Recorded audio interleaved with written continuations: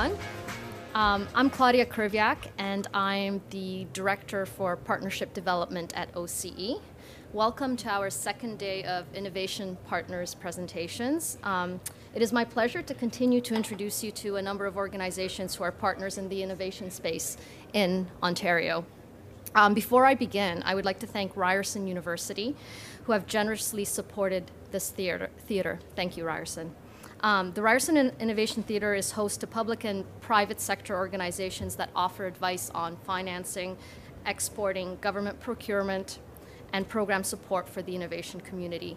Together, they offer innovators and entrepreneurs programs, opportunities, and advice to help them grow their research and businesses.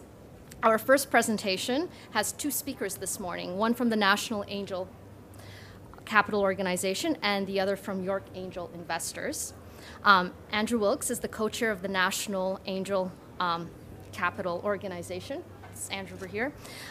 He's an active angel investor who looks for high growth opportunities in traditional industries with a technological edge, including manufacturing and distribution, energy, water, financial services, payments industry, and biomaterials. He's a partner in Management Initiatives, Inc., a business advisory and investment firm located in Toronto, where he invests, mentors, raises capital, and advises business owners and investment funds. He's also the chairman and founding member of the National Angel Capital Organization and past chairman of the Public Policy Committee. He is joined by Scott MacCannell. Scott's over here, the president of the York Angel Investors. Scott co-funded York Angel Investors, Inc. in 2008. He is also currently a director of First Med, Inc., Bluestone Investments Limited, Telecorp Products, Inc., Shiny, Inc., Venture Lab, and sits on the OCE CCR Commercialization External Advisory Panel in 2006, Scott, along with two partners of Troy, Inc., created Troy 5 Enterprises, an investment company focused on early-stage companies based in Ontario, with an emphasis on communications and IT.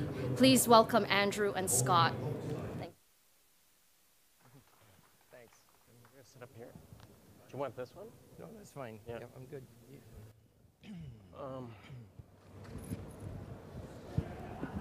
So good morning. I'm Andy Wilkes, and we've got about 15 minutes to talk about angel investing.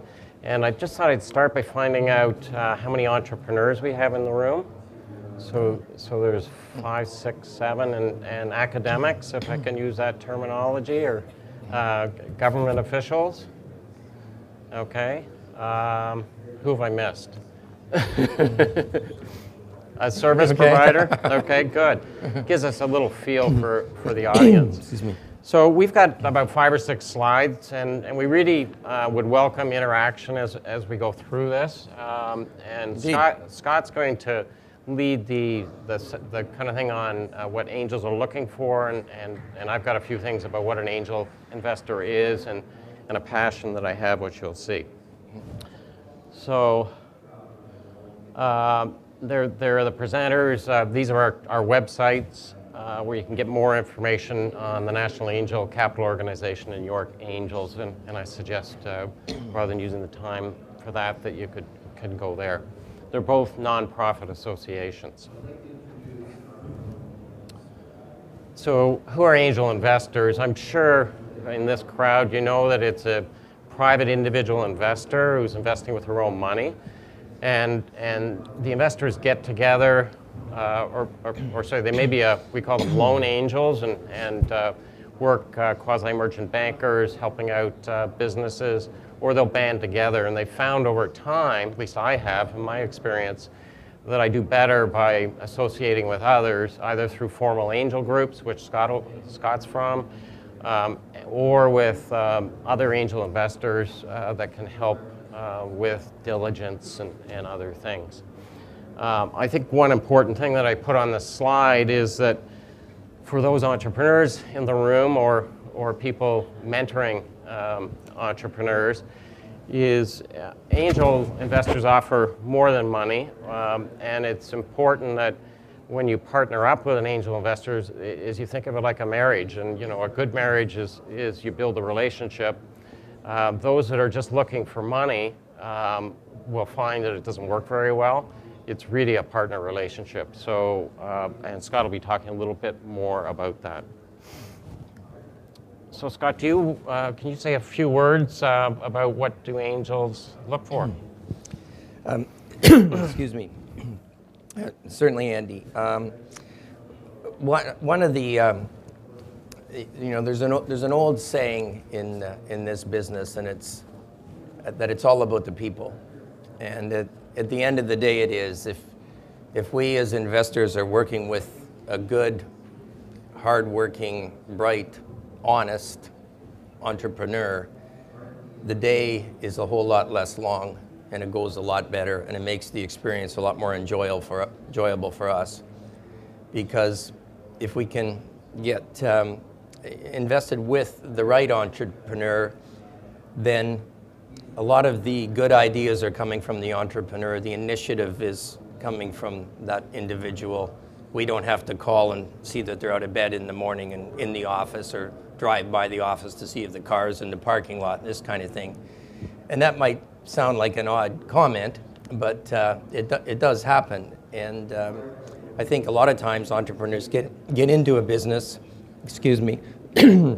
without realizing what the challenges are, without realizing what the intense commitment, sustained commitment is going to be to make that business successful, starting from scratch. I mean, some certainly do, but some don't, but can be very good at presenting themselves. And so we have to make sure that we're hooked up with the right entrepreneur that has the right values, and honesty is right at the top of the list. In terms of experience, I mean, if we can partner with a good management team, I mean, that's obviously optimum. And we're looking for experience in that management team, and specifically experience in the particular sector, or a very closely related sector to the one in which they're working. That way they have some experience to draw upon, and maybe won't be making certain mistakes because they've made them before, or seen them made before, given the experience. A business plan, yes, of course, and it needs to be good, and we don't skip over that, because it tells us a lot about the attention to detail, how much thought the entrepreneur or entrepreneurs or management team has given the business. Have they really thought it out? Have they really been careful with their financial projections? Because if they've tricked themselves, then we run the risk of being tricked, and when everybody gets tricked, then we end up with a disaster on our hands, all of us. So it really is an indicator to us, the care and detail under which and the assumptions that are used in terms of putting the plan together. Scott, you might comment on what I'll call the exponential growth that you'll see in business plans and the reality checks. That's right. I mean, you've heard the term hockey stick, and sometimes we'll see that the company is going to go from $20,000 in revenue in year one to $300,000 in year two, and $4.7 million in year three, and $29 million in year four. And we're thinking, wow, I mean, how does that happen? I mean, how does that really happen? I mean, if we can just put our money down and leave and go to Florida or something and come back, and okay, things are rocking and rolling, but lots of dividends. Lots of dividends. Yeah. But it just doesn't really happen that way, and it's an odd case when it does. So we can't play those odds, obviously, and not for long if we were to. Yeah. Management has to understand the competition as we'd all expect. And they need to understand not just what their competition does, but what their competition's up to. And good entrepreneurs will know that. They'll have a good sense of what strategies they're digging around, they're rooting around in the industry, staying tight with whoever they need to stay tight with, if I can use that expression, in terms of getting information.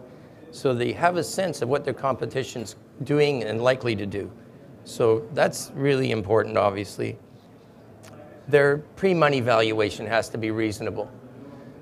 We see so many of these young companies where they've got a pre-money valuation of $10 million, and it's 3 people and, you know, $20,000 in sales and no inventory, and it's but they have an idea, and they're fascinated with the idea, and they're excited by the idea. And basically, what we're trying to say to them is, you know, put a reasonable valuation on this, and you know, you have a chance of getting it funded, because, you know, you're a good entrepreneur, you've got a good idea, and you're making some progress. IP, intellectual property, or their secret sauce, or their trade secrets, or their operating process, whatever it is, if it's patentable and protectable, obviously we want to see that, because that's a huge security for us to know that it's A, good enough to make that grade, B, it's a first of, or something like that, and 3, that we can't have everybody and their brother coming in behind us in the same business. So it's a barrier to entry. Pardon me. We'd like a business that moves into profitability fairly quickly, not one of these ones that has a cash burn year in, year out, year in, year out, and we're funding losses, because you don't want to be funding losses in anything, right? So we really watch for that. And the entrepreneurs and founders need to be clear on how much of the business they want to share. And that obviously needs to be reasonable and fair. And that isn't always the case, but it's something that we try to get to the bottom of pretty quickly before we invest a lot of time talking to them about that. And we want to be welcome. We want to be welcome in the partnership, as Andy called it. It's a partnership. And if it doesn't turn out to be a partnership, it's a long day, and it's frustrating for both parties. So we often get told that, you know, we really value your experience. But we hear that a lot. But we want to see some evidence of it, and really get a strong sense that that's the case, because that's more than money. They can get money in various places, but as angels, what we offer are a lot of individuals. Most of the individuals in our group have started companies. If they haven't, they've been very successful in the corporate world or in government, but successful in something for sure, and are disciplined people and serious about whatever it is they're doing, and want to help, and they want to contribute, and because, you know, we get excited by seeing entrepreneurs starting something new, and it looks like it has potential, and, you know, we start to, you know, picture ourselves being involved with it, and that's how it is. But we need to be welcome, obviously. And of course, at the end of the day, we have to figure, we know how to put our money in. There's lots of ways we can do that. We can do convertible debt, we can do common equity, although we don't. We usually do preferred. But this is convertible, preferred, things like that. But at the end of the day, what we really are concerned about, of course, is getting our money out. So they need to be able to tell us pretty succinctly how we're going to get our money out in a fair bit of detail, i.e. if somebody's going to buy this company, who, when, why, that type of thing. So, Scott, this would be a good time to see if there's any questions on this area, because I have a couple more slides on a passion that I have. But with regard to what angels are looking for, or the other way around, what SMEs are looking for, and making sure we kind of line up.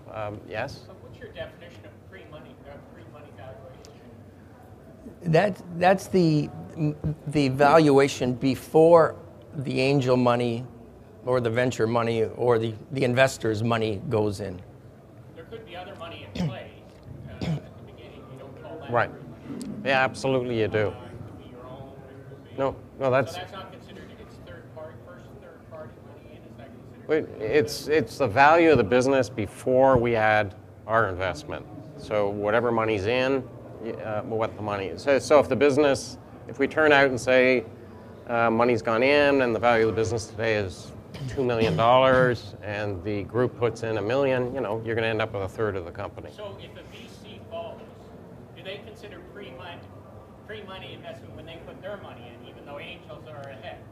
Yes. Oh, yeah. Each round, you're going to look at it again. Yes, absolutely. And hopefully the value's gone up in between. Other questions? Here's one. Yes.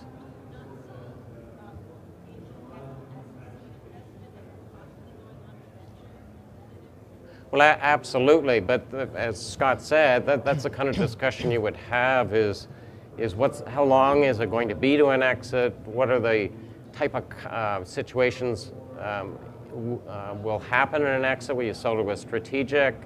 Will the management team buy out the angels? You know, how is it all going to work? And you should know that only 2% of businesses or less end up with venture capital, where many, many more businesses end up with angel capital. So we quite often invest in companies where you never then have a venture capital round.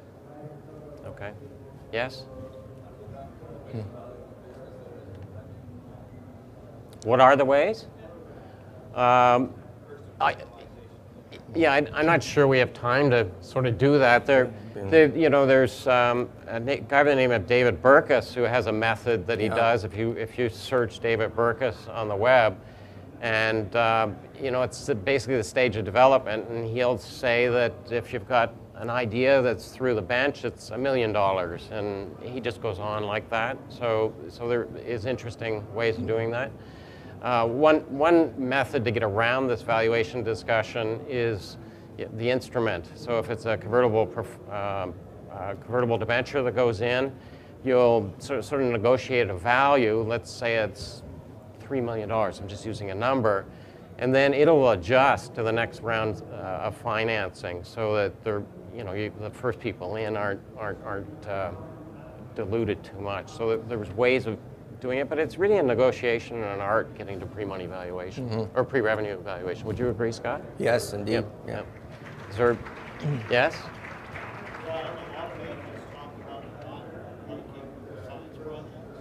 Yes.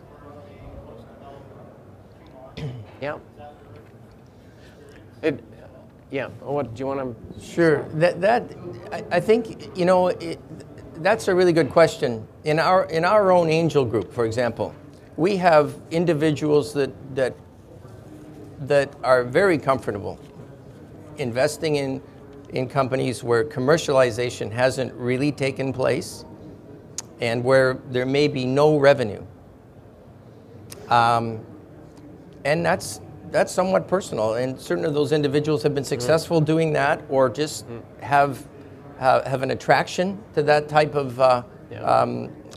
time frame and that situation. Yeah. We have the majority of the ones, and this is just our group, but I think we're somewhat typical, is that we like to see revenue. Because in our mind, revenue is the best proof of concept. Somebody's buying this product or service. So we like to see some revenue. It doesn't have to be a massive amount of revenue, but we'd like to see revenue. We'd like to see a sales funnel building, and then we can analyze the sales funnel and really get into that and see, like, how real are these potentials? And by the way, if they do make these sales, is there any margin in it? That kind of thing, yeah. I'd say 2% of the deals that get done, it'll be game changing, and somebody really understands the industry and what's been developed, and then maybe they'll get into a science project, but generally no. Yes?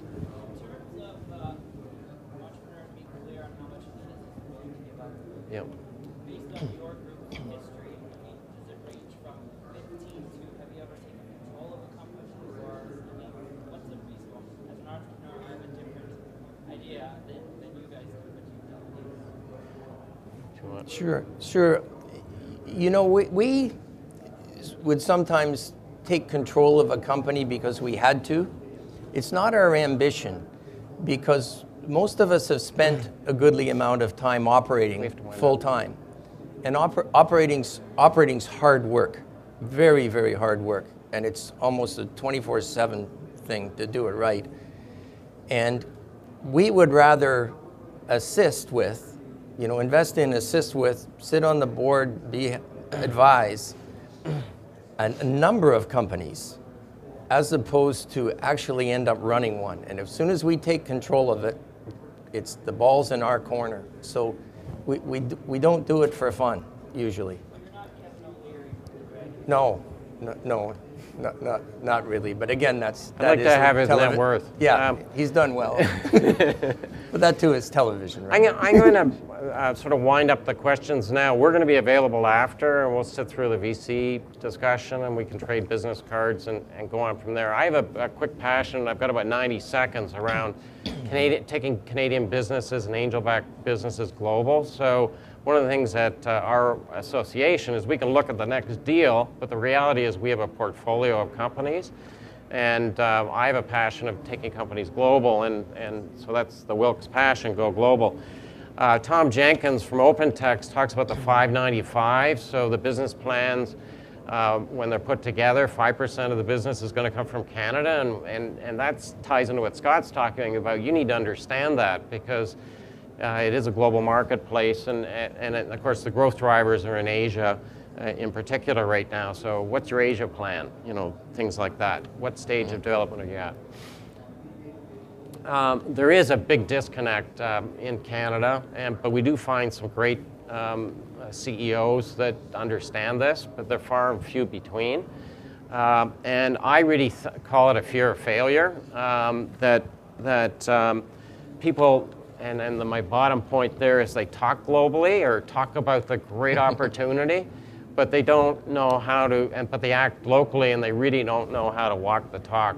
And so if I can find somebody who's done it before, and I'm building a bench to help organizations go global. I've got about another 10 to 15 years in business, and this is something where I'm putting my money. So these companies obviously wouldn't be startups, but it ties into the session we had yesterday at lunch where you get to 50 million and then you go towards $1 billion.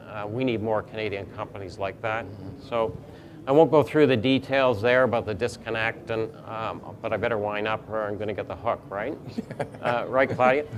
I'll just go back to the websites. You can find my bio and Scott's bios if you go to the websites, and you'll find our email addresses, and we'll be around. So thank you. Yes, thanks very much. I'd like to thank Andrew and Scott for their presentations and for sharing their insight, and let's give them another hand of applause. Thank you. Our presenter is Derek Smyth. He's the Managing Director of Bridgescale. Derek leverages his 7 years of investing experience and 10 years of operating leadership to build investment ranging from enterprise software, digital media, and internet services. Prior to Bridgescale, Derek was a partner at Edgestone Capital, a leading Canadian growth equity firm. During his 7 years at Edgestone, he was the lead investor in Serba, RapidMind, which was sold to Intel, Ripple, Solace, ShopLogix, and Varicent. If you have any, please welcome Derek Smyth. Thanks. I just started at Communitech a few months ago. There you go. And before that, I worked as a CEO of a company called Unitron. So I have. Hello? Okay, here we go. So hello, thank you for the kind introduction. And if I could just get a sense of the audience, how many people in this room are company CEOs, company founders that are, okay, great. So what I was going to talk about today, and I'm actually probably not going to use too much of this presentation and get through it as quickly as possible so we can get into Q&A, which I think is probably going to be the most valuable. But just wanted to talk about, at least from my perspective, what an effective pitch looks like to a VC, because I think there's a lot of misconceptions around what VCs are looking for and how we're looking to be presented to. And so I thought I'd just start the conversation with that, and then we can get into Q&A. So things to keep in mind. First and foremost, timing is everything. Keep it crisp. I like to think of myself as a non-VC because I was an operator long before I ever became a VC. But VCs in general have ADD in a very serious way. And so you cannot underestimate the fact that you have maximum an hour with these people, and you want to keep your presentation portion to a minimum, and that's 30 to 40 minutes, and less is more. So always have that in the back of your mind as you're preparing your pitch and you're practicing your pitch. You will not offend these people if you tell a clean, crisp story quickly and end up leaving the meeting in 40 minutes. The other key thing to think about as you're going through the presentation is that VCs are also very numbers oriented, so that the more data that you have in your presentation, the more value they're going to get out of it, the more quickly you can crisply tell them what it is you do and how you do it. And I guess another very key point is the fact that always be going back to why your team is uniquely positioned to be doing what you're doing. Why you're uniquely positioned to exploit the market that you're after, the history that the team has together. The team is a very important component of the pitch. And just by way of example here, if you're going in to pitch a VC on a software solution that does large refinery resource management, and you're two investment bankers from New York, and that's all you've ever done, it's not going to go so well. Because now, compare and contrast that to if you were two people that had built a couple of refineries for Exxon, and you'd experienced all the problems of managing those refineries, that's a very strong team story. So make sure that your team is absolutely relevant and experienced in your market. And the last thing I'm going to talk about on this slide here is, or two last things actually, is your pitch, your presentation is your business plan. Do not spend hours and hours and hours building a thick document, formal business plan. I've funded, in the time I've been a VC, I've funded 10 deals. None of them had a business plan. The PowerPoint deck and the whiteboard, that's the business plan. And then lastly, have one key point per slide. As you go through your deck, always have a point that you're starting with and you're finishing with, so that you are definitely leaving them with that thought. So the structure of the presentation is extremely important, and start with an intro, talk about the opportunity, the market, the team again, the solution, the competition, the business model, and then what it is you need from us as the funder or potential funder. Introduction's very straightforward, brief history of the business, one slide maximum, your core value proposition in your target market and why you're uniquely positioned to fill that target need. Oops. Opportunity. This is basically where you talk about what the market need is. And this is 2 to 5 slides, and you're explaining to the VC, giving them some context, giving us some context is what is going on in the market right now that we are focused on. So by way of example, we have a company in our portfolio called Verison Software. They sell software to large organizations with large sales teams with complex sales plans. And this market is a global market, very large, building out and managing sales plans. And the way that that is done today, 90% of the time, is a set of very complex, globally rolled up Excel spreadsheets. And that causes a huge amount of opportunity for error. And that error can manifest itself in a public company. When we were doing due diligence on this business, a public high-tech company, Fortune 500, that after a fiscal period, after a reporting period, they found they'd overpaid their Western regional sales team only by $50 million. Now, $50 million is a material number for even $1 billion public company, and that's the market that these people, Verison, go after.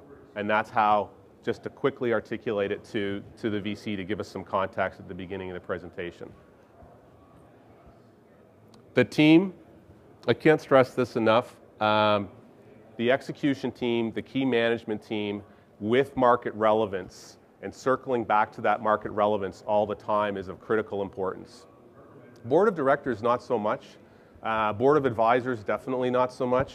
In fact, I get a little bit freaked out when companies come in and they talk more about their board of directors or their advisors than their own management team. It sort of sends off alarm bells. It also sends off alarm bells if the board of advisors is bigger than the management team. There's only so much time in the day to actually be running your business. And if you have too many advisors, there's too many voices. And it's just one of the little things that kind of spooks us a little bit if we feel like the company's being over-advised. The other final point on the team is key hires plan. So if you have a team of, say, 3 senior executives in your company, and once you get funded, there's 2 key hires to make, highlight those hires, primarily so we can start to think about whether or not we might be able to help with finding those people for you. So the solution, now this, again, 2 to 6 pages here, you got a little bit of flexibility. This is where you talk about that purpose-built software application that all it does is help large companies manage complex sales plans, build, manage, and pay out complex sales plans, and why you're uniquely positioned both from a team and a product and an intellectual property standpoint to deliver that product to the market. Competition. Always have a competition slide. No competition slide, big alarm bell. Big alarm bell. And the other big alarm bell is we don't have any competition. Very, very, very concerning when we hear that. And the other thing is be bold with your competition slide. Generally, you've all seen competition slides. They work out to be some sort of matrix with columns. You either have all the check marks and your competition doesn't have all the check marks, or you're high and to the right and your competition is low and to the left. And that's okay. I mean, we get that. And this is a time where to really establish credibility with the venture firm that you're dealing with, to know that you really understand the competitive landscape, you're aggressive in the way that you position your business, and be open. Hey, we know this is our slide, we know it, we know we have the opportunity to look the best, but this is the reality of the situation, and be able to back that up. It's very, very powerful. So don't be shy about it. Business model, as I said before, very numbers oriented, a lot of VCs. And so really understand your revenue model, the key metrics that drive the revenue and the scale in your business, your pricing model, know how you're bringing the product to market, whether it's with an annual license fee, a perpetual license fee, whatever it might be in your business. Make sure you know it cold, because we're going to drill down hard on this section of the presentation, and any sputtering affects credibility.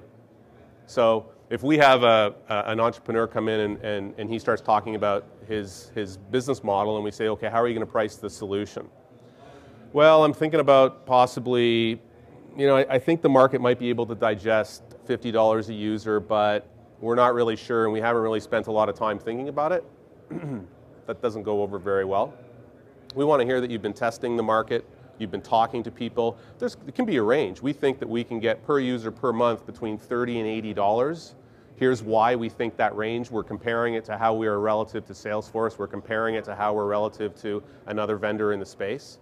But definitely be ready to be pushed on this and go very deep and rehearse it, and have people on your team challenge you on the pricing before and the model before you ever go present to one of us.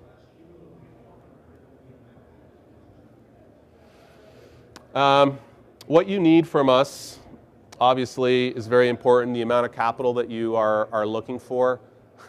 Don't come and say you need between $2 and $10 million. You need to know within a couple $1,000,000 of what it is you want. 3 to 5 is an acceptable range. 3 to 10 is not.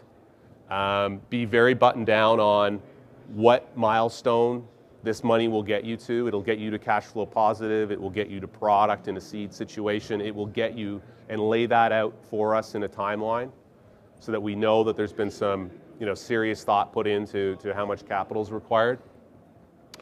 If there's been a last round, give us the summary details, what the post money was of the last round, who the investors were, so we have a sense of what the current value of the business is. And then this is extremely important, and it's more important actually for you than it is for us. But talk to them about the non-cash resources that you need from them. When you go out and find and look for a venture partner, money is one thing, but the biggest thing you're going to get from your venture investor is their experience, their network, their resources beyond cash that are going to help you execute more efficiently. And so you really need to say, here are the things I need. I need help hiring a VP marketing. I need an organization that understands global distribution. I need somebody that can help me find and build a sales organization. And that's where you start to test the VC. And you can ask the question, so is this Like, do you guys have resources that can help me beyond money? That's a very big credibility builder with us, but it's also very important for you. You want to be partnered with a venture capital firm that's going to bring way more than a bank balance.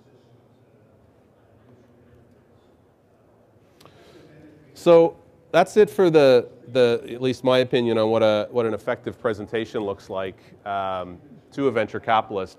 And just a few other random thoughts that are possibly relevant. A couple of them a bit odd, I'll acknowledge. Do not explain exit values and timing. This is a personal thing for me, but I find it extremely annoying when an entrepreneur comes in his first couple of slides and he says, in 3 years, I'm going to take this company public. It's going to have a $250 million market cap, and that's what's going to happen. Because that's impossible to predict. The only thing you can predict and the only thing you should be focused on is, can you build a going concern business? If you're totally focused, the message you're sending to me with the exit message is, all you're looking to do is sell this business. You're not looking to build and manage a real company. Do not define terms and value. So don't come in and say, here's the structure of this round that we're doing. The company is worth X, and it's going to be a common share deal, and that's how this deal is structured, and I'm closing in 2 weeks. You can say that if you want, but we're going to ignore it, and we're also probably going to find it annoying. VCs decide what a company's worth based on what they think the market opportunity is, how compelling the value proposition is, and how compelling the team is. And it doesn't matter what you put up there, so it's a waste of slide and it's a waste of breath in a very short presentation, so I wouldn't do it. Be 15 minutes early to set up and have everything you need. So there's no worse way to start a presentation than being late, number one, and then coming in even early and saying, hey, do you have a dongle that changes my Mac into your presentation, or even make sure there's a projector there. Don't show up to a fund. Like my firm right now in my office, we don't have a projector. So if you show up and you want a projector, you better bring one. So be fully prepared when you show up for a presentation with everything that you need. Have hard copy backups. I try to avoid giving them out beforehand.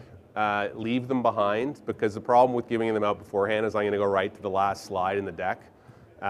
So try to avoid it. Some will insist on it, but at least give it a shot that you're going to work off the presentation. I can take notes and then drop a hard copy on me before you go.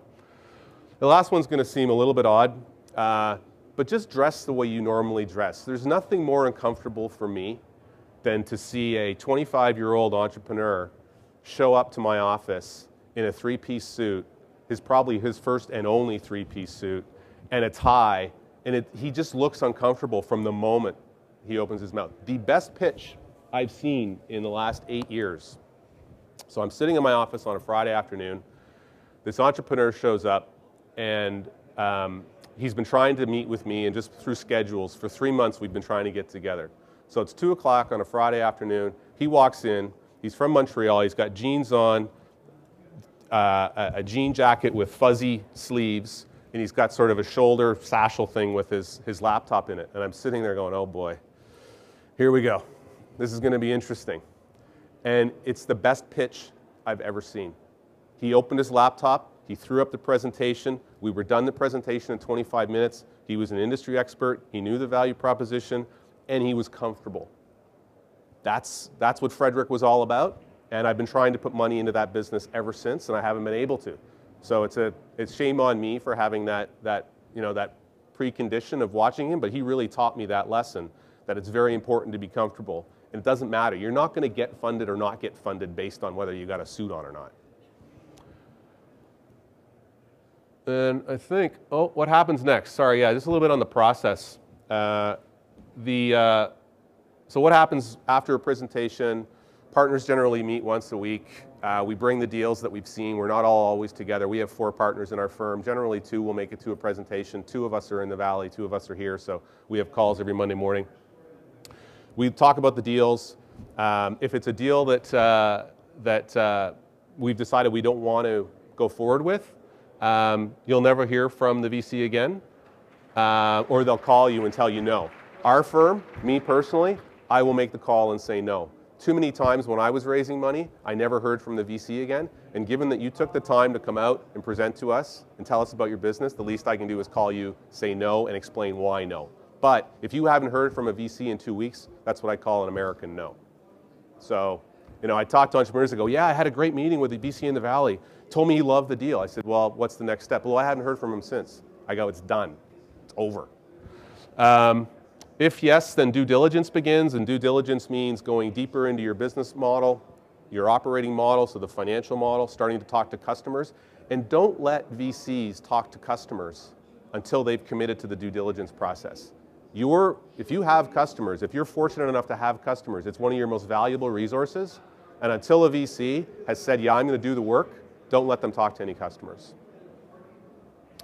There'll be more meetings, and then you'll get a term sheet within, if somebody's really interested in you, you'll get a term sheet within 4 weeks, and the deal can be closed within sort of 2 months after that.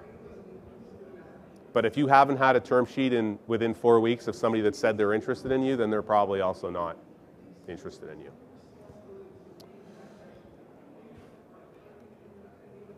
That's it. So, any questions? Sorry. So, once you enter due diligence, that's a verbal basis generally, or maybe 1 page. Then a term sheet comes out. Yeah. How much falls from there? How many fall offs? Is it 80% pursue from a you say you're going into due diligence, you'll come out with a term sheet. Yeah. And then rejections of term sheets. So a credible VC fund. The question was, once the term sheet gets put out, what are the chances of it closing? Is that sort of a rough? You do due diligence before the term sheet? Yes. Or after? We do it before. Some do after? Some do after. So if you do before, Yeah. what's the odds of not coming out with a term sheet at all? Once you've done it? Okay, so the odds of a term sheet not coming out of due diligence, I'd say it's probably 50-50. Oh, 50, that high? Yeah. That's pretty high. Yeah. And once a term sheet has been issued, it's 95% chance of close, assuming you're dealing with a credible firm. So there's soft talk going on about what'll be in the term sheet? Yeah. before it's- Yeah. And when we put a term sheet out, when our firm puts a term sheet out, we're all looking at each other saying, this deal is closing. It is, like I've done 10 deals. I've put out probably 15 term sheets, and only one term sheet that was put out was pulled by me at the 11th hour.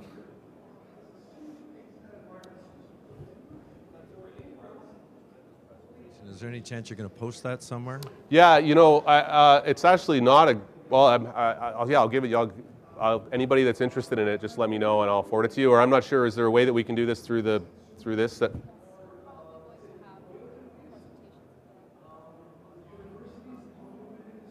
Okay. I don't know if it's on. Is it on? Oh, it is on.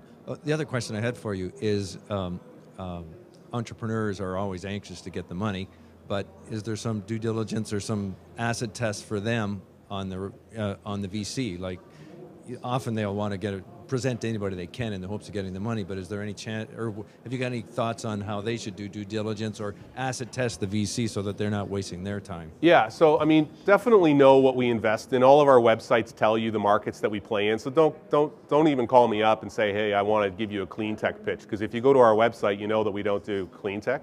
But on the other side, in terms of doing due diligence, entrepreneurs doing due diligence on us, the best thing to do is all of our portfolios are on our websites. You grab a few relative portfolio companies that are important or relevant to your space. You phone the CEOs and ask them what they're like to deal with, what we're like to deal with. That's the very best thing to do. Can you comment on whether you are looking for a control position up front, and then what some of the contractual issues or things that you're looking for with an investee company? Okay. We do not look, there's probably not a lot of VCs that look for control positions. Buyout funds, private equity funds generally look more for control. VCs, personally, my opinion is, if I have control of a business, something's gone wrong. but we generally look for sort of 25 to 33% of the business.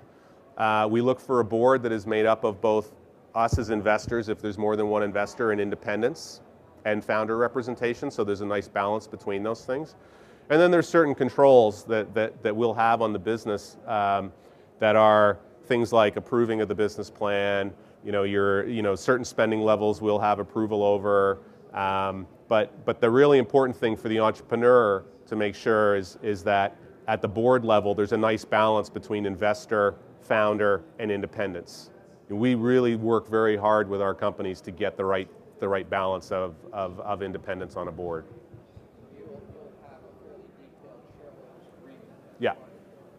Yeah, and one thing, sorry, just on that, the concept about a term sheet. When you get a term sheet from a VC, make sure it is a robust term sheet. Don't accept price, structure, and then other terms and conditions as market on a one-page term sheet. Don't do that, right? Make sure the term sheet is robust. It talks about the controls that the VC is going to want. It's going to talk about board structure. Make sure all of that is on the term sheet so that you don't get surprised when all of a sudden you start working on a shareholders agreement. A term sheet should represent 90% of what you're going to see in the shareholders agreement.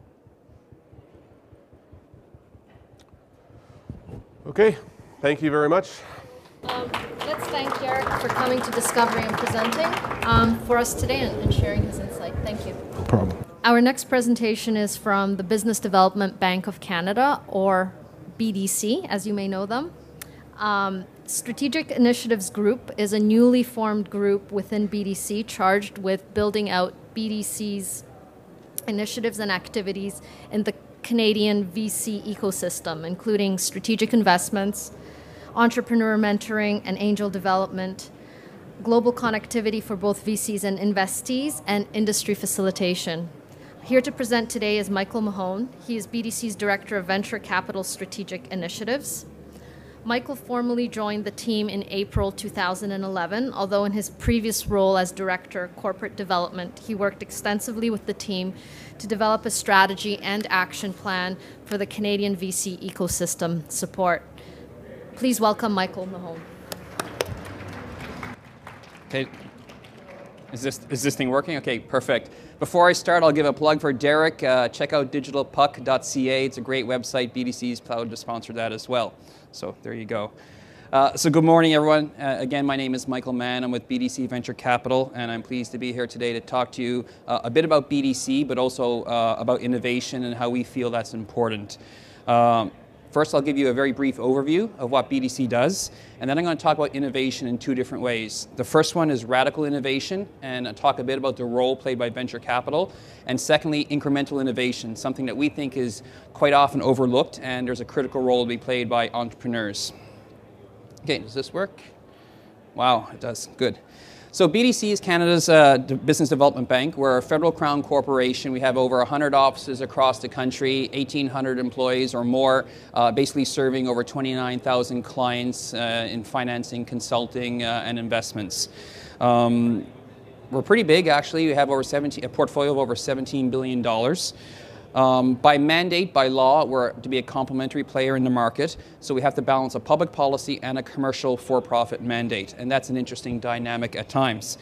We're profitable. We pay dividends to the federal government every year, but at the same time, for example, during the recent credit crisis, we lent more money than we had done in 66 years of business, and we allowed thousands of entrepreneurs to postpone principal payments to allow them to conserve their working capital and put that money back into the company.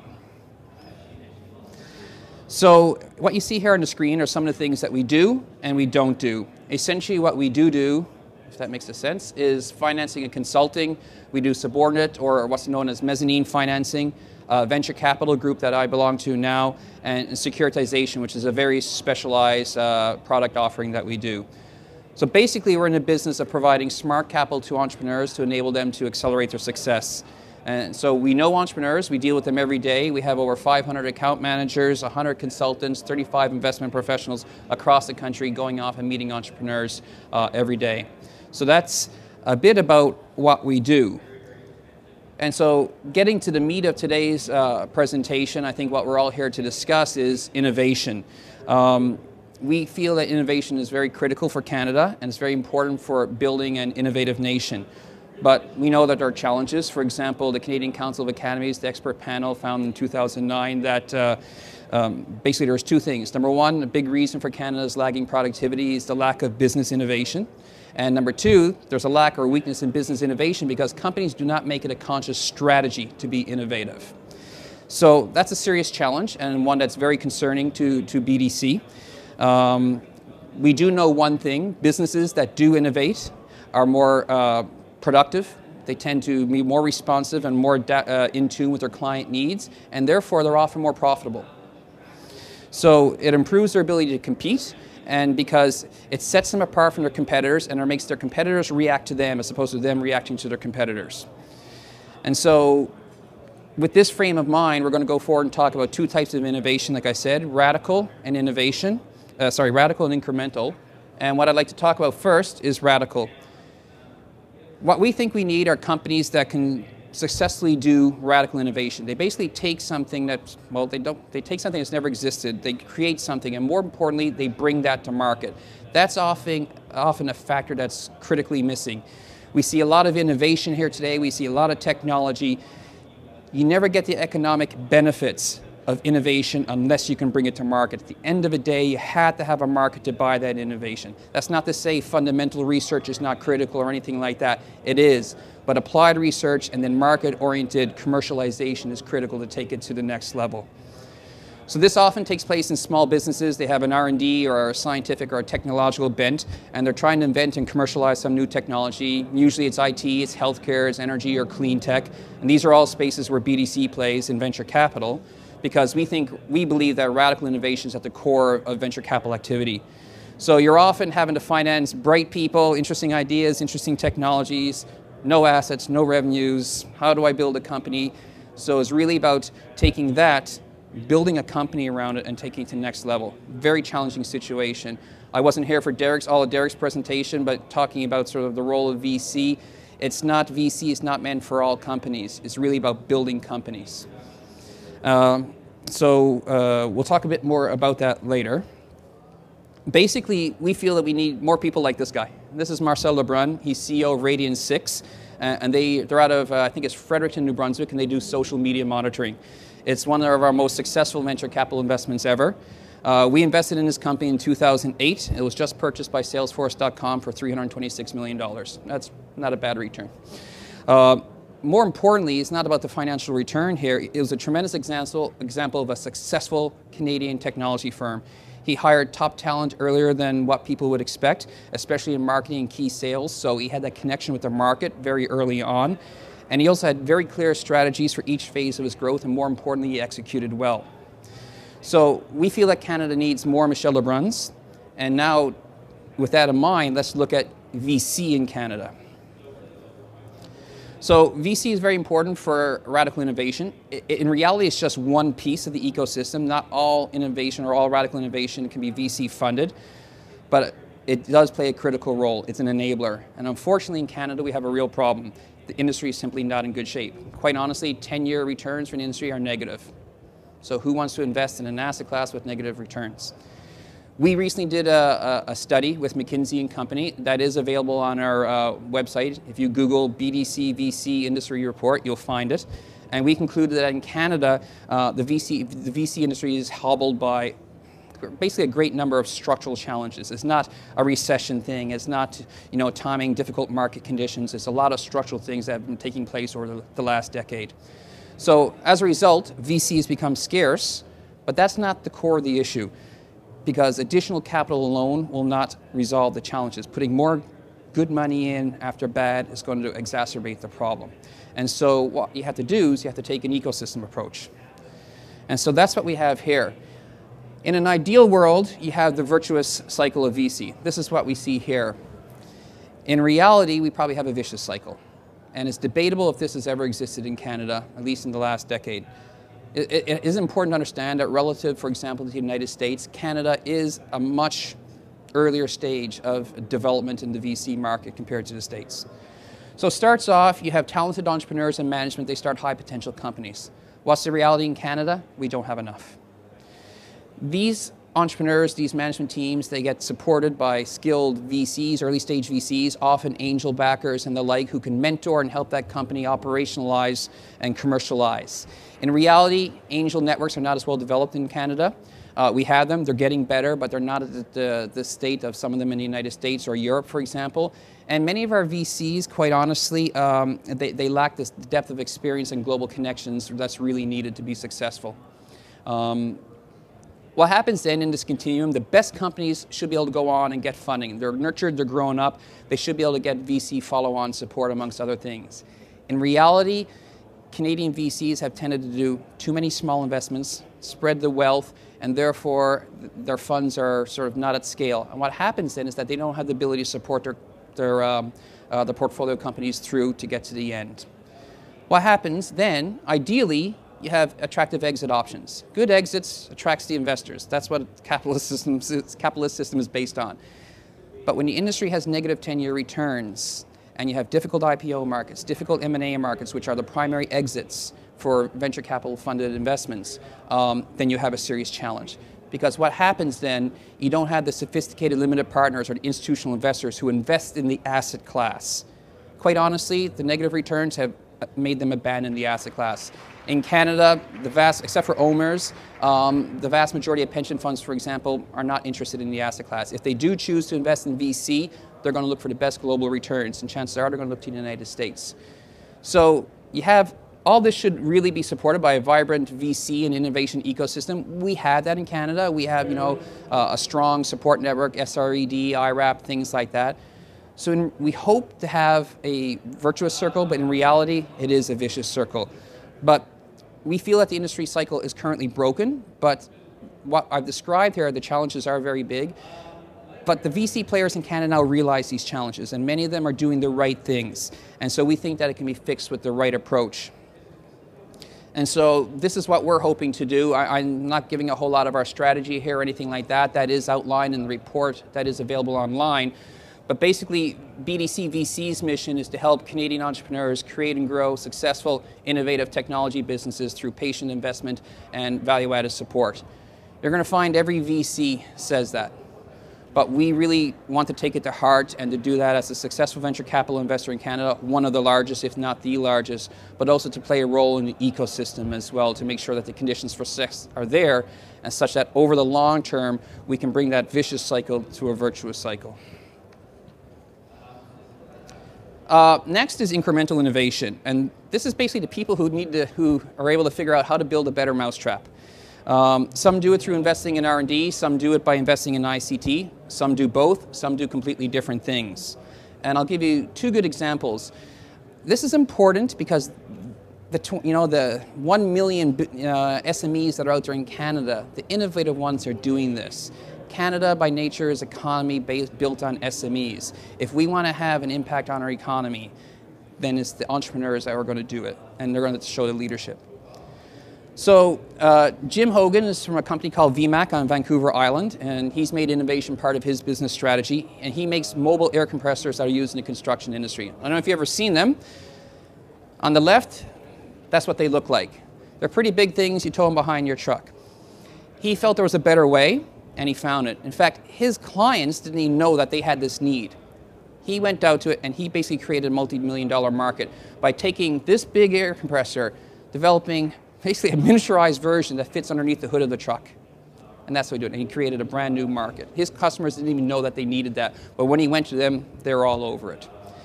That's not brand new technology or anything like that. It's taking existing technology, tweaking it, making it better, but more importantly, adapted to the market need. Then we have Larry from Polaris Transportation in Mississauga, so not that far from here. He'd outgrown his computer systems. He wanted some advice, and he bought a new computer system tailored to his need. It transformed his business strategy. So they're not just a trucking firm anymore now, they're a logistics firm. And so the innovation is not necessarily with technology, it can be with the application of technology, but it could also be innovation around your business model as well. So his ICT investments helped triple his sales to $40 million. That's what it meant to him. That's why he went and did it. So he's gone from being afraid of technology to embracing it. And the challenge that we face in Canada, and what BDC is taking on as a challenge, is to get more Canadian entrepreneurs to follow the examples of Larry and Jim. And so, for example, one thing that we've been focusing on recently, it was announced in the federal budget, we're going to be focusing on ICT adoption of Canadian SMEs, and I'll talk a little bit more about that later. But when you're looking at Larry and Jim, essentially, it's clear incremental innovation can have an impact. What they did was critical. They showed leadership. They decided that, first of all, innovation was important for them and their business. They discovered what their customers wanted, and they did it with a well-executed strategy. So what we call decide, discover, do. This is important because these thousands of entrepreneurs doing that is what's going to have an impact, improve productivity, improve innovation in Canada. So what's BDC looking to do? We do financing, as I said. We can provide term loans, consulting, subordinate financing, even venture capital if in the incremental space, not really perhaps. But we do all the financing consulting, but there's other ways we can do it as well. So some things that we're doing now, for example, and these are available on our website today, TechSmart is a new BDC service to help entrepreneurs get the most from technology. Awareness is critical. The vast majority of entrepreneurs and SMEs out there have honestly no clue how to embrace technology and make it use to improve their business. They see it as a cost, not an investment. And it's important to change that mind. But you can bring the horse to water, you can't make them drink, of course. Awareness is a core component, and when entrepreneurs become aware and they realize that innovation and adoption of technology has a role for them, that's where we hope to come in. So we feel that we can help them get the right connections to boost sales, unlock productivity, and make more money to drive their company forward. So wrapping up, I think actually I'm pretty good, so I'll have time for questions. We're here to help Canadian entrepreneurs build profitable, growing businesses.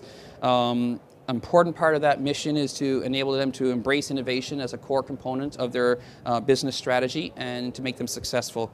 And so we believe to make Canada a more innovative nation, you need to build it one entrepreneur at a time, a nice little tagline, and we hope to do our part to support them. That's basically it. If you want to do other things, there's a lot of information on our website about innovation and how entrepreneurs and companies can look at things differently and the like. As well, we're on Twitter, Facebook, and the like if anyone wants to check that out. So in a broad picture, that's BDC as a whole. My background, I work in venture capital right now. I've come from the financing side as well. I've worked on the strategy side. I have a good understanding of the bank and where we want to go. We have people here in the audience. Jasmine Gani-Hobbs from our financing team is here. If anyone wants to speak particularly about financing options, we have a booth as well. With that, I'll turn the floor over to any questions.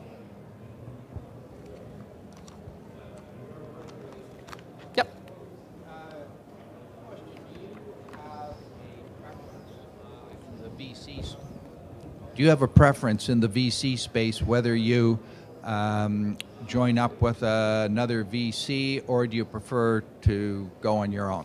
We'll almost always co-invest. BDC has traditionally been on the VC side an early stage investor. We did do seed and early stage. A few years ago, that's where we played, and we expected other VCs to come in and take the company through to the end. Today, with the lack of investment and things like this, when we invest in a company, we're prepared to be through the whole life cycle of that company. But generally speaking, when we do invest into a company, we will co-invest alongside others, but we are prepared to be the lead, and on a seed stage deal, we could perhaps be the only institutional investor. So we will invest with angels and the like. One other question, do you look at turnaround situations? Yes, we do. Not in VC, generally speaking, but in our within our own portfolio of companies, we often have turnaround situations. We have a group that's especially dedicated to looking at that. Essentially, it comes down to, does the company have a plan? Does the management team behind it? Do they know their way forward? And if so, then potentially we can look at turnaround situations. It's not an easy sell, I must say, but it is something we'll look at.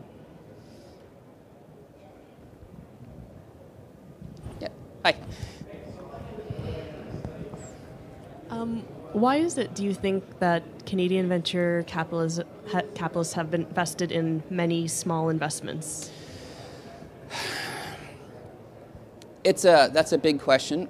With the McKinsey review, and if you look again, Google BDC VC industry report, actually there's a lot of data to back it up. We've gone off and looked at the market conditions, analyzed the funds that are out there. Essentially, Canada created too many small funds. Part of it was due to the labor-sponsored investment fund structure, which retail tax credits were used to incent the creation of these funds. A $50, $60 million fund was formed. They had pacing requirements to get money out the door. That's anathema to what VC is. VC is about making concentrated, select bets, not about getting money out the door. So we created many small funds. Many of these funds, unlike if you look at the top performing VCs in the States, all serial entrepreneurs, multiple times, very successful. They come back. In Canada, you've had the tendency, and BDC was part of this as well, a lot more financial types, not necessarily the extent of serial entrepreneurs. The funds were very small, so as risk diversification, small bets. Very different from in the States because they put more money into their companies up front. That allows them to accelerate time to market, whereas Canadian companies are always in fundraising mode. So as a result, when the investment decline and they're having difficulty fundraising, they're no longer able to support their portfolio companies.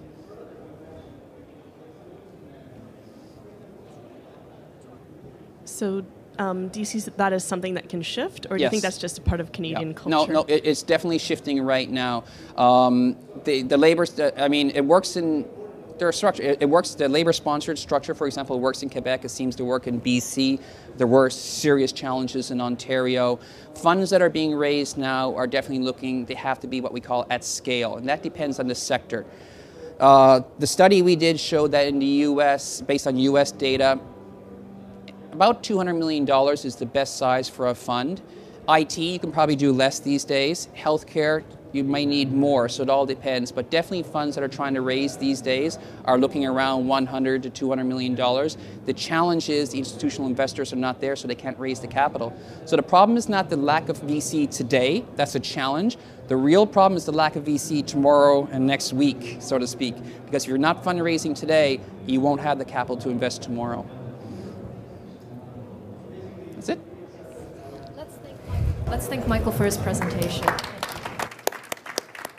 It is my pleasure to introduce to you now our next Innovation Partner presentation from Microsoft Canada, a company that needs little introduction. Here to present is Gladstone Grant. He is Vice President of the Development and Platform Group with Microsoft BizSpark program. This program helps Canadian startups succeed by giving them the access to Microsoft software development tools, connecting them with key industry players, including investors. Gladstone's organization also builds relationships with the people creating Canada's next wave of innovation using the Microsoft platform. Gladstone works with his team to educate developers, IT professionals, students, and startups within these audiences on the value of the Microsoft platform and encourages the adoption of Microsoft technologies. His group also makes significant investments in growing the skills of Canada's IT professionals through training and other engagement programs, and helps them build solutions for the PC, mobile, phone, web, and cloud. Please welcome Gladstone Grant. Thank you. All righty. Thank you. A nice, intimate crowd.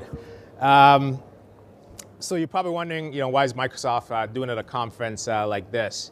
And when we think about it, really our goal is to help to stimulate the digital economy within Canada and within all the kind of all the countries around the world that we support. And so we're very heavily investing in helping emerging companies, startups.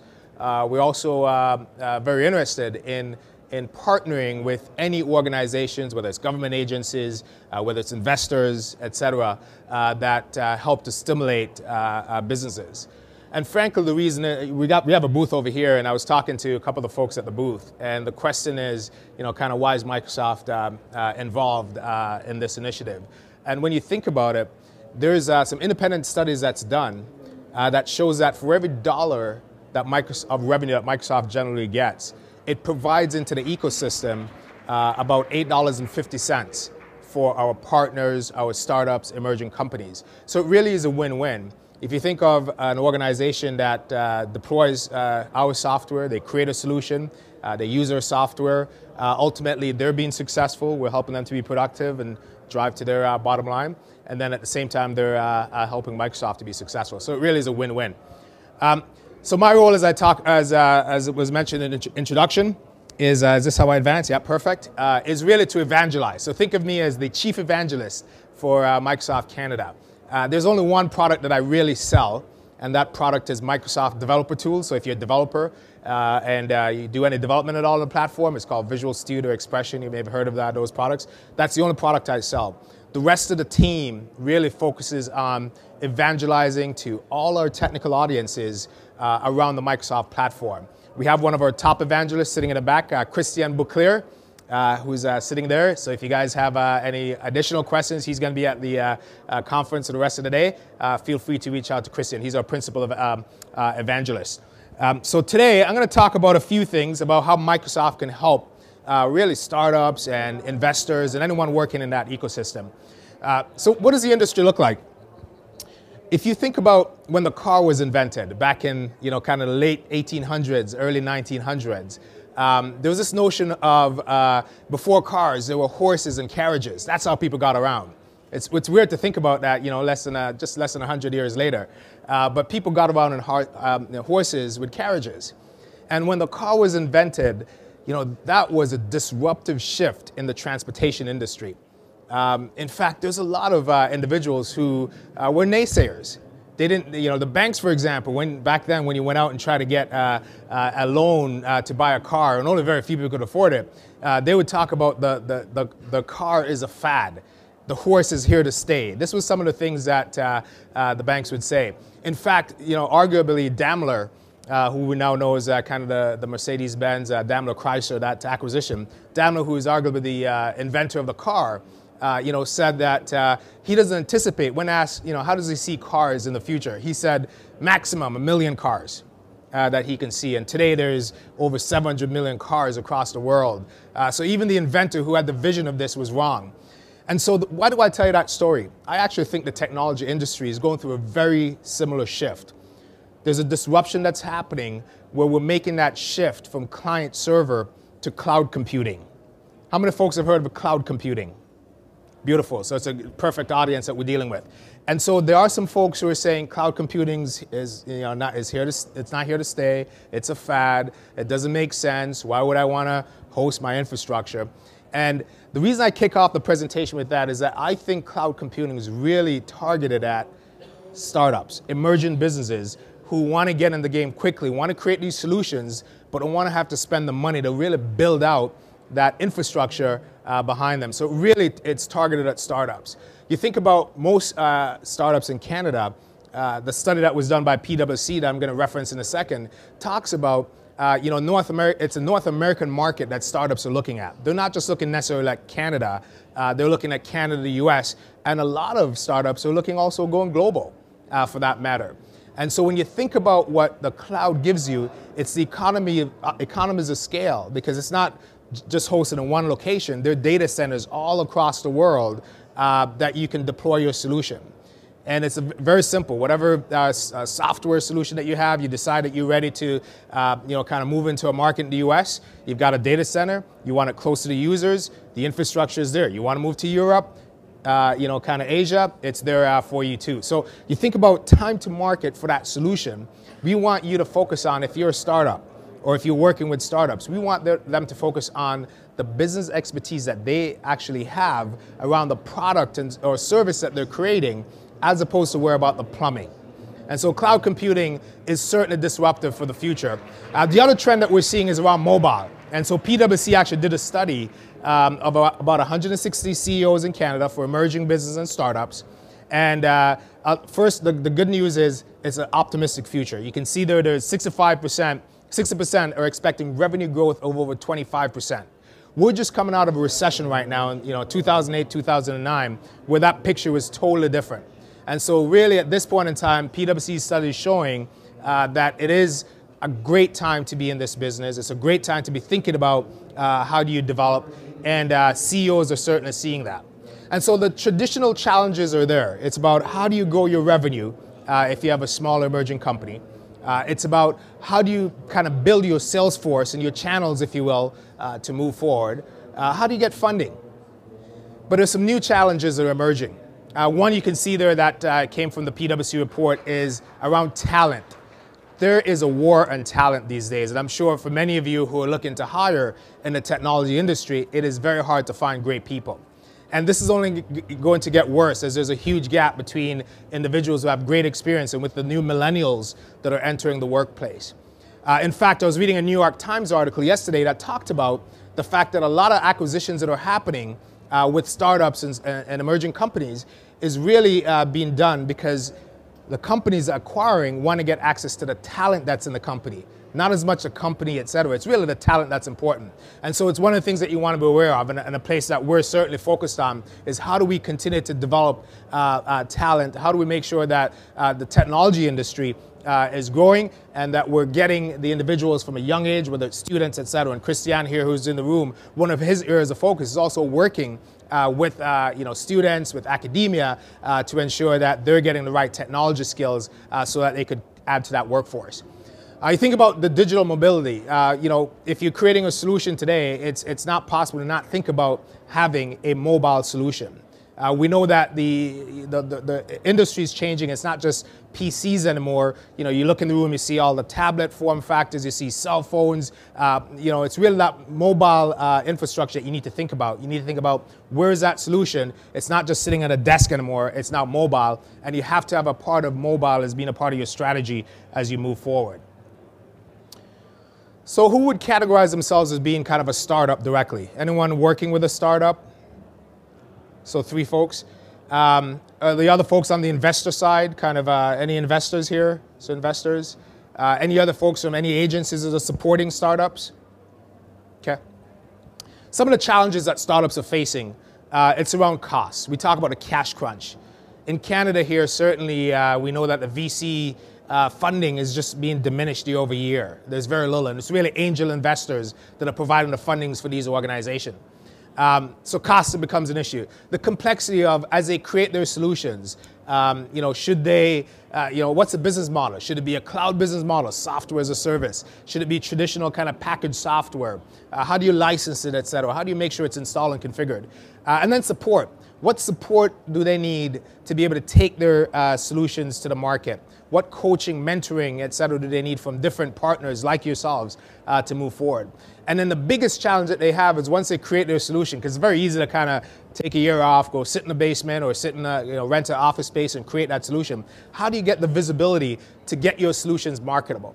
And so when we think of these challenges, this is really what we anchor ourselves around as Microsoft, is how do we help to solve each of those challenges?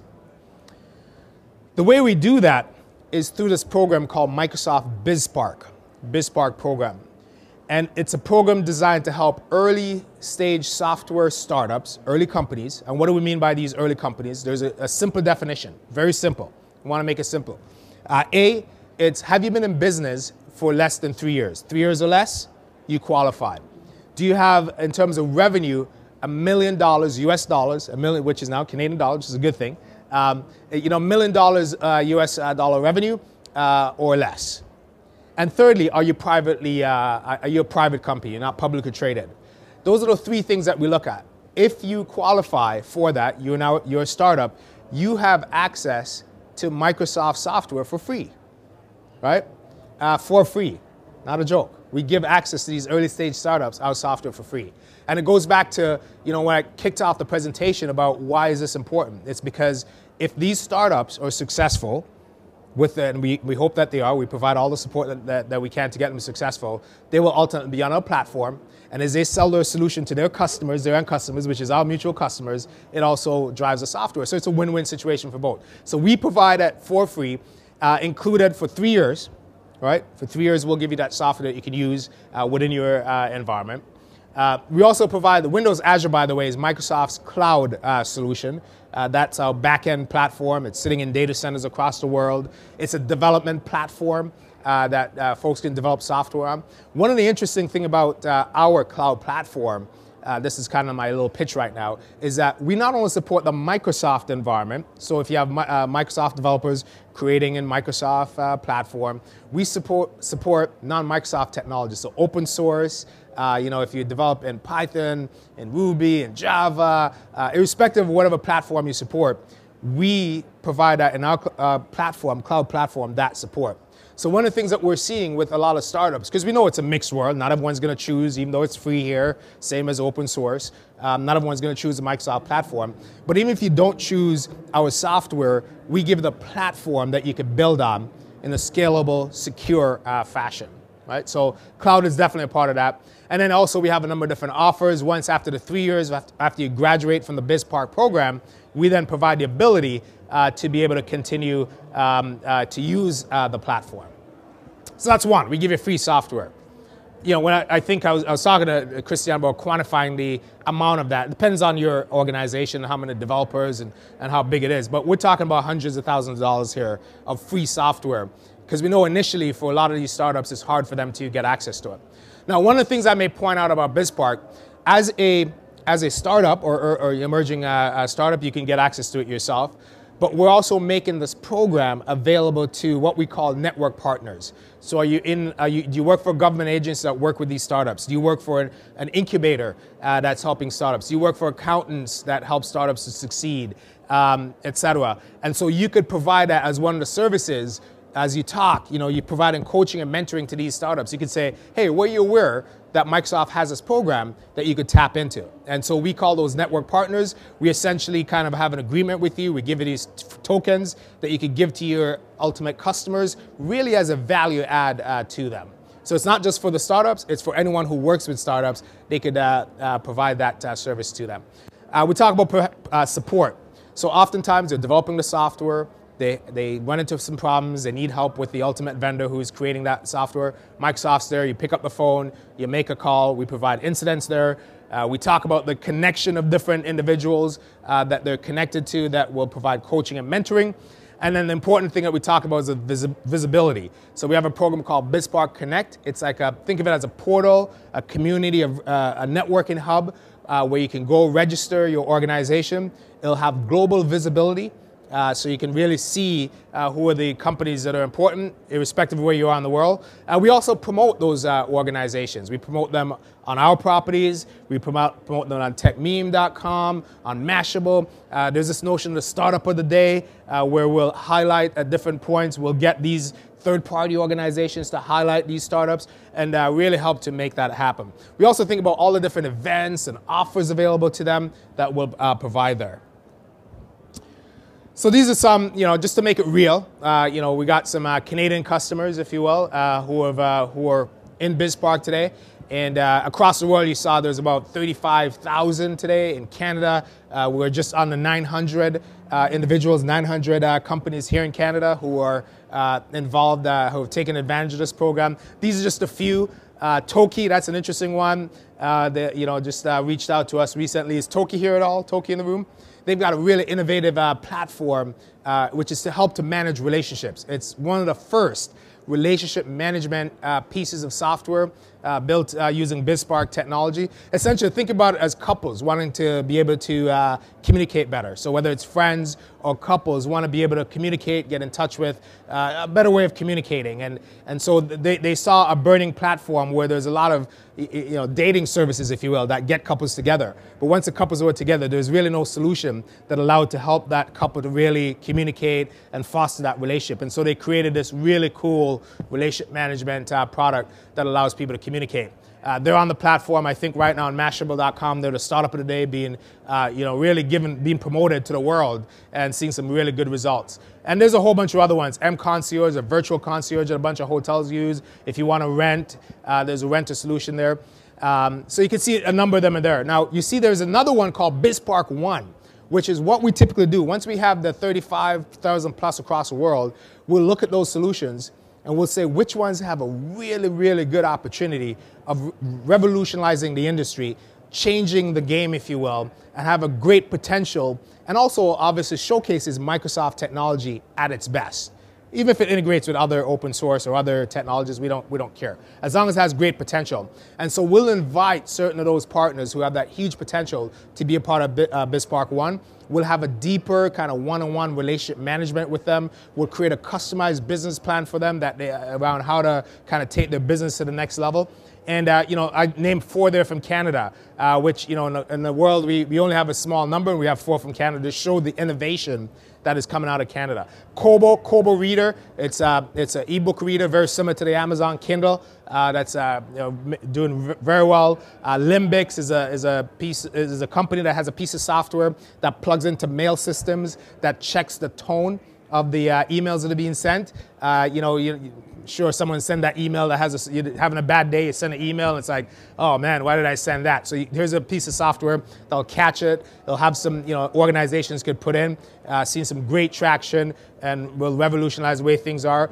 We've heard a lot about virtualization, how virtualization is doing well. Another company, VM6, has created a piece of software to manage all the virtual environments that are out there. And then we have Dayforce, a company that we know very well, who has come up with a workforce management solution, allows for time entry, looking at capacity of workforce that some large organizations, large retail organizations across the world are using. They started out in our BizSpark program.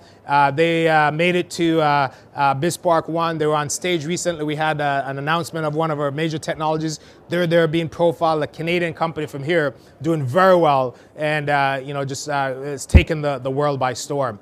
The other thing I want to point out there is that one of the things that we do here in Canada, we like to promote innovation. And so we typically look at these BizSpark startups, and we will do on a yearly basis, we'll do an award. It's called the Blue Sky Innovation Award, where we award and look at the top winners, top innovators around creating anything in the software economy here in Canada. And you can see some of the winners there, Dayforce being one of them a couple years ago. That's moved on to larger things.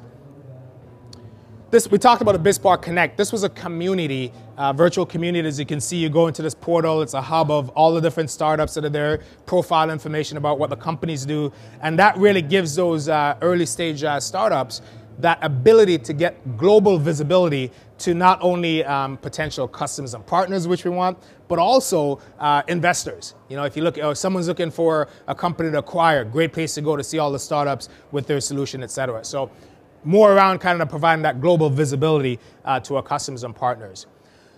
If you want more information about this program, about how to either take advantage of the program yourself to get access to the software, the support, and the visibility, or if you work with startups and you want to be a network partner and register with Microsoft, say, hey, I want to work along with Microsoft to do that, just go to bizspark.com, bizspark.com, and you'll get more information. Christiane and team does a great newsletter to what we call independent software vendors that we send out that talks about all the different programs and things that can help that community and all the different folks that work with them. So that's really it for my formal pitch. We've got some about 10 minutes, I believe. 10 more minutes? 3 minutes? Okay, we got 3 minutes. So in that 3 minutes, I'll take some questions. Hi, do you have a formal or informal strategy to connect the enterprise, which are your core clients, to be early adopters of some of your BizSpark opportunities? Absolutely. So the way it's about revenue and an early adoption. Right. So the reality is enterprise and startups is a challenge, right? Because typically an enterprise organization needs to know that they're investing in a company that has some skin in the game, that's not going to go out of business next week, next year, et cetera. And this is the role that Microsoft plays, which is we bridge that gap through the knowledge and experiences that we have with the startups to give credibility. And so the way we've done that, Dayforce is a great example of where they started as a startup in BizSpark. We saw their potential. We decided that this is an organization that we want to give better management, if you will. So we assigned some local resources here on the team to manage them. They typically wouldn't be an organization that was managed. We connected them with our core teams. We gave them the global visibility. We invested heavily in architectural guidance with the work that they're doing, kind of building their solution. And then what we did was we started making our account managers on the enterprise side aware. So we do internal awareness and evangelism of that particular startup. We then, through that work that was done, making the sales force aware of them, then they feel comfortable to take them inside the organizations, and then we bring them in. So that's really kind of a playbook example of how we make that happen. Now, am I saying that we've figured it out and it's slam dunk and every startup's going to be there tomorrow in the enterprise? Absolutely not. But I think the investment that we'll continue to do over time to help to grow and build them will really bridge that gap. The other thing that's happening, as you know, with kind of the cloud computing infrastructure that's been put in place, it's no longer about, do they have a stable enough infrastructure for me to consider them? They're part of our infrastructure, so that will certainly help. Any other questions?